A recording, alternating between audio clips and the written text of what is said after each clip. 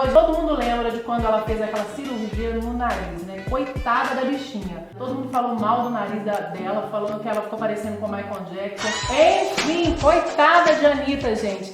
E esse é o nosso assunto do vídeo de hoje. A gente vai falar sobre rinoplastia, que é uma cirurgia tão desejada por tantas mulheres e por tantos homens também. É uma cirurgia perigosa, né? Você pode ficar linda, maravilhosa ou ficar um Michael Jackson.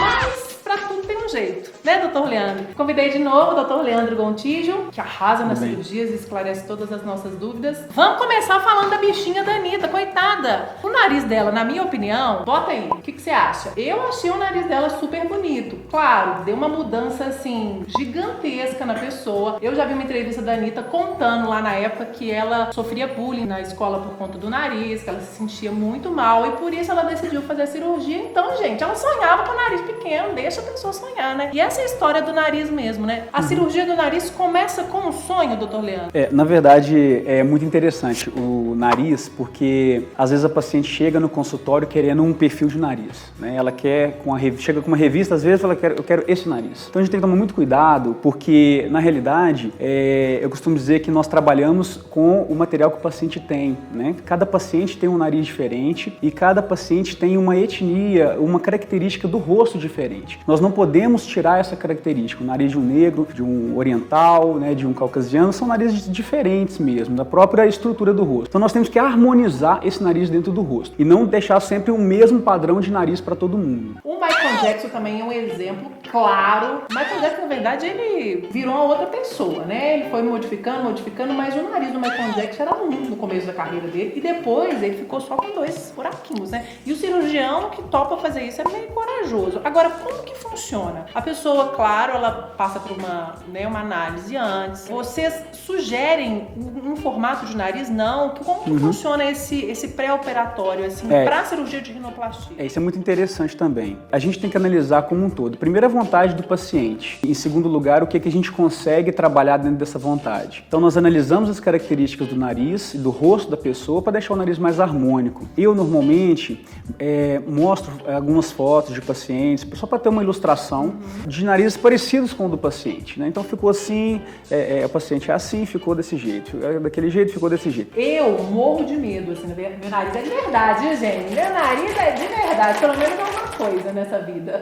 Brincadeira. Mexer no rosto é muito complicado, né? Você nasceu de um jeito, com o nariz de um tamanho, e depois, de uma hora para outra, você olha no espelho e tá com o narizinho, então acho que tem que ter muita cautela. E é também uma cirurgia que dá um resultado fantástico, né? A pessoa normalmente fica muito satisfeita, mas é uma cirurgia um pouquinho mais delicada, né? O pós-operatório, ele exige um cuidado a mais.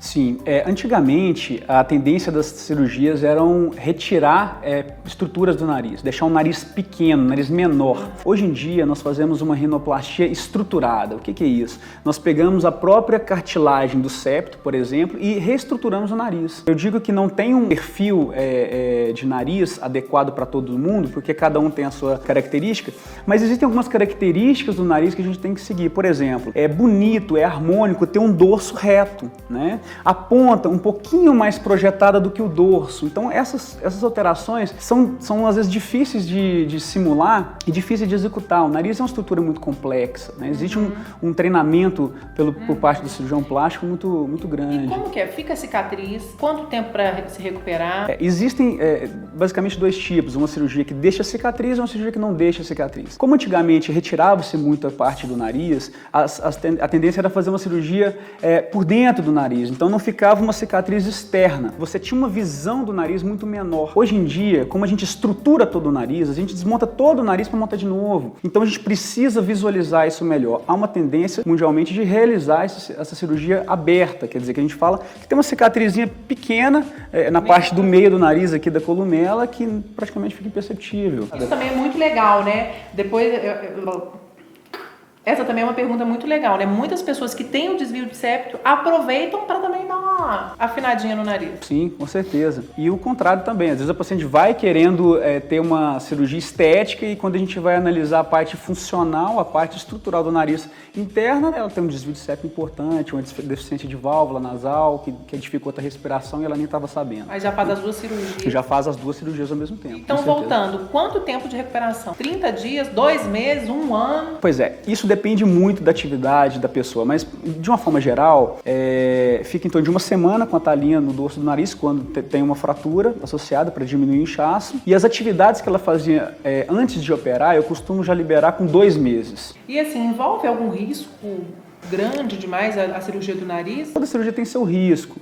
As complicações maiores e mais comuns de cirurgia de nariz pode ser considerado a insatisfação do paciente, uma das maiores, né? Imagina, gente, você chega já com o nariz mais ou menos, depois você sai de lá, bruxa de 71. É você, Satanás. Meu Deus. Por isso tem que ter um bom preparo antes do paciente. Eu gasto, assim, muito tempo na minha consulta pré-operatória justamente para explicar, para saber o que o paciente quer. E eu acho isso muito importante, conversar bem mesmo com o paciente para saber o que ele espera da cirurgia e o que a gente pode propor. A gente falou de Anitta e de Michael Jackson, mas eu quero ressaltar aqui 2 exemplos maravilhosos, beldades, que é a Gisele, a poderosa, que, gente, aquele nariz de Gisele, podem dizer que o nariz é grande, mas super combina com a casca dela, esse é um excelente exemplo pra gente, ela porque fica super charmosa com aquele narigão e arrasa na passarela, não tá nem aí, né? Apesar de ela ter realizado a rinoplastia, a gente observa... Oi? Ela fez, então, cirurgia de nariz? Dizem gente, imagina a pessoa antes. Se ela fez cirurgia do nariz... eu amo o nariz de Gisele. Quero deixar claro que nada contra. Mas, assim, ela devia ser bem nariguzinha. Então, o nariz dela é muito interessante pra gente comentar a respeito disso, porque não é um nariz pequeno. Você observa que, relativamente, pode ser considerado por muitas pessoas um nariz grande. Mas fica lindo no rosto dela. Fica muito harmônico. Outro exemplo, a gente pode citar o Tom Cruise. A gente observa o nariz dele, né? A gente observa, eu acho que provavelmente não, né? Às vezes tem cirurgias que ficam muito naturais, a gente não consegue perceber se fez ou não, mas provavelmente ele não fez. Mas a gente observa que é um nariz, não é um nariz pequeno e que fica também muito harmônico com o rosto. Pois é, meu povo, para finalizar, vou contar um segredo meu, que eu sempre fui atraída por homens. Fui atraída? Existe isso? Fui atraída? Me atraí? Eu atraí? Sei lá o quê. Gente, eu sempre gostei de homens narigudos. Love is in the air.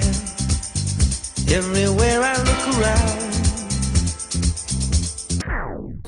Eu nunca tive um namorado com nariz pequenininho. Então, eu acho o seguinte, se você não gosta do seu nariz, né, se é uma coisa que te incomoda muito, eu acho que o mais importante é o bem-estar da gente. Se você gostou, é claro, você já sabe, dê um joinha aqui pra gente, ou um like, né, Dr. Leandro? Sim, pode seguir a gente também no Instagram, o @drleandrogontijo. Qualquer dúvida que tiver, pode perguntar lá, que a gente tá sempre à disposição. Ele responde tudo. E o Instagram dessa pessoa tá bombando, viu, meu filho? Tô sabendo que o consultório tá dando vaga não, então tem que correr. Gente, então é isso.